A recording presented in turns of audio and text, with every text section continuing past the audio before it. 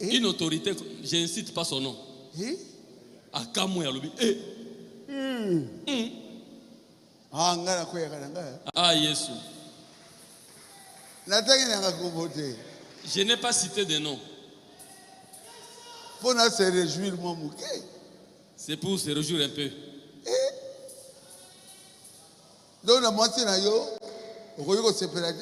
Donc, avec ta femme, tu ne peux pas te réjouir. Non, mais non. On doit changer aussi. Je suis baptisé du Saint-Esprit. Je vois des visions. Je prie, les malades sont guéris. Mais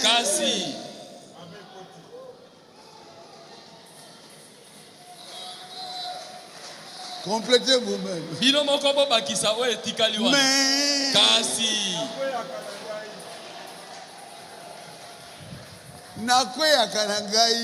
moi, bon, je tombe. Ah, Jésus. Ah, Jésus.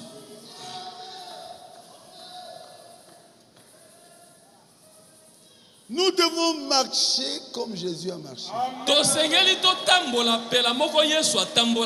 Parce que nous avons Jésus dans nos cœurs.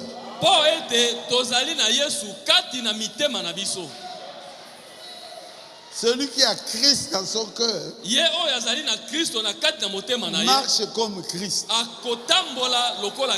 Parle comme Christ.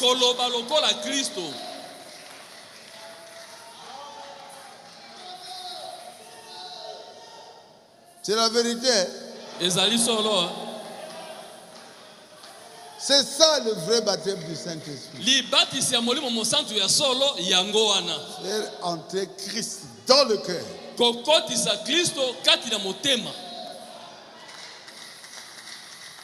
Vous avez appris que Pierre était tombé. Vous avez appris que Jean était tombé. Pourquoi? Mais ils avaient placé, après le baptême du Saint-Esprit, Jésus dans leur vie.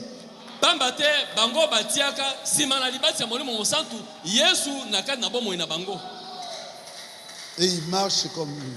Ils parlent comme lui. Je n'ai ni or. Mais ce que j'ai, c'est qui? C'est Christ. Je te le donne. Lève-toi et marche.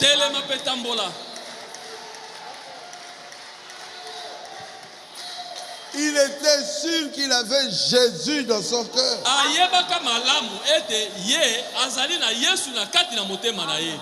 Est-ce que c'est la vérité? Il n'avait pas d'argent à donner à ce mendiant qui était paralytique. Mais il avait la puissance de Jésus. Il a dit, c'est que j'ai, je te le donne. Lève-toi et marche.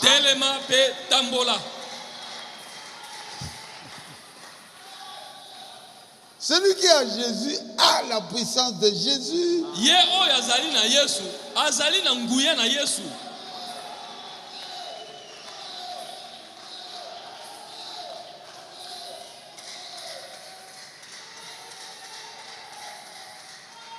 Jean 14 et 12 nous dit, les œuvres que je fais, vous les ferez aussi.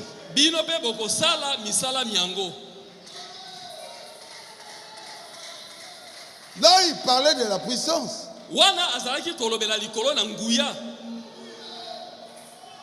Moi, je suis baptisé du Saint-Esprit. Mais vous devez faire les œuvres de Jésus.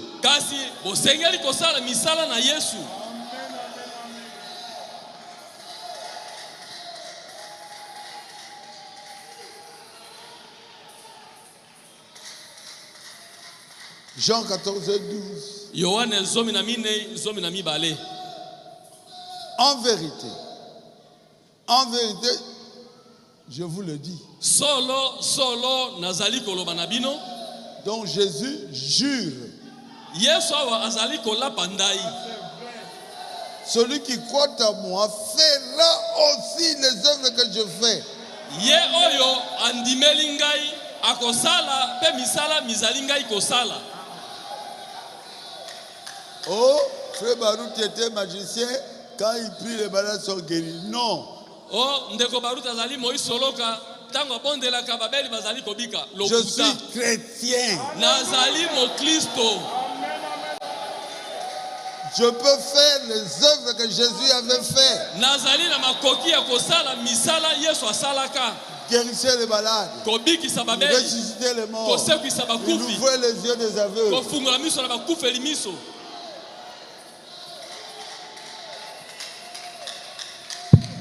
Il est vivant. Il est ressuscité. Qui est cet homme? Qui est cet homme? Celui qui ressuscite, c'est qui? Le Dieu de Beka, c'est qui? Acclamons le Seigneur Jésus. Gloire à Jésus.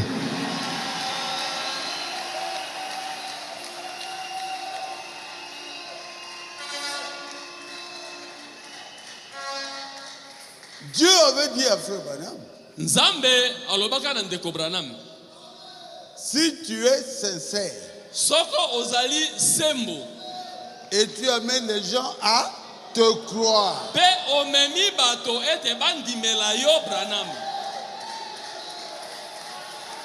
même le cancer ne résistera pas à tes prières. ata cancer ekoki kotelemela mabondeli na yo te. Dieu est ici, non? Nzambe azali awa boye te. Il sait que je suis sincère. Ayebi malamu ete ngai nazali sembo. Je vous ai amené à me croire. Namemi bino ete bondimela ngai. Même si vous êtes cancéreux, ata soko ozali kobela cancer, quand je prierai pour vous, tango ngai na kobondela mpo na le yo, cancer doit partir. cancer etindami elongwa. Amen. L'ulcère le sein Ulcère ya mabele doit partir. esengeli elongwa.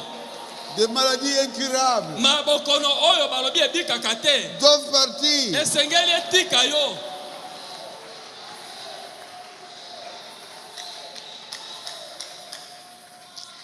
Ah, je me sens bien. Ah, nazali komiyoka malamu. Je me sens bien. Nazomiyoka malamu. Pourquoi Pona nini? Jésus est parti? Yesu amataki likolo. Pour nous laisser que nous soyons capables de continuer son travail.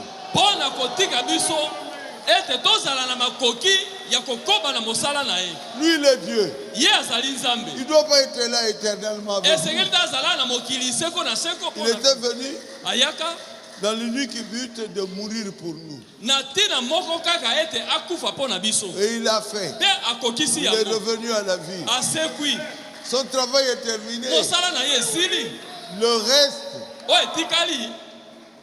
Dieu envoie la puissance Nzambe atindi nguya.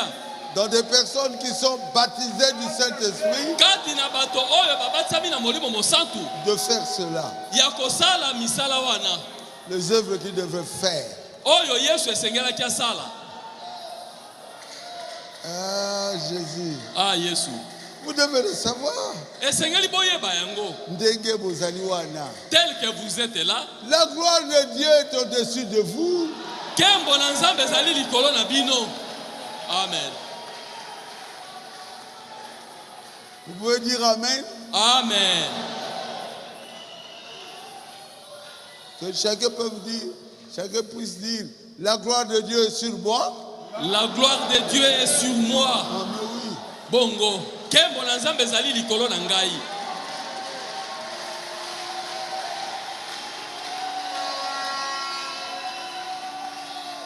J'étais très jeune, Nazalaka elenge penza. mais j'avais reçu le baptême du Saint-Esprit. Kasi nazwaka libatisa molimo mosantu.